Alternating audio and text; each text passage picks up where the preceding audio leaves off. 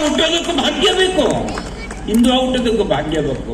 ಯಾಕಂದ್ರೆ ಜಗತ್ನಲ್ಲಿ ಇಡೀ ಜಗತ್ತಿನ ಸುಖವನ್ನು ಚಿಂತನೆ ಮಾಡಿದಂತಹ ಯಾವುದಾದ್ರೂ ಒಂದು ಸಂಸ್ಕೃತಿ ಇದ್ರೆ ಅದು ನಮ್ಮ ಹಿಂದೂ ಸಂಸ್ಕೃತಿ.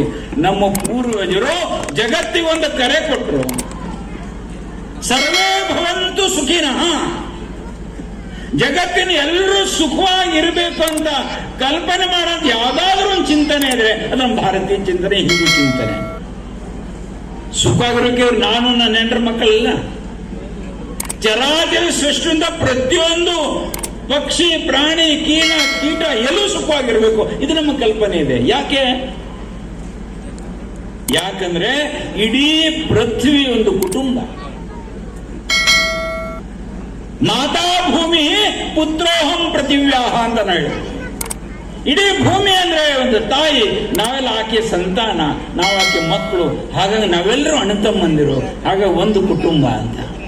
ವಸುಧೈವ ಕುಟುಂಬಕಂ, ಇಡೀ ಜಗತ್ತೊಂದು ಕುಟುಂಬ ಅಂತ ಹೇಳಿದೆ. ಕೇವಲ ಇದು ಬಾಯಿ ಮಾತಿಗಿದ್ದಿದ್ದಲ್ಲ,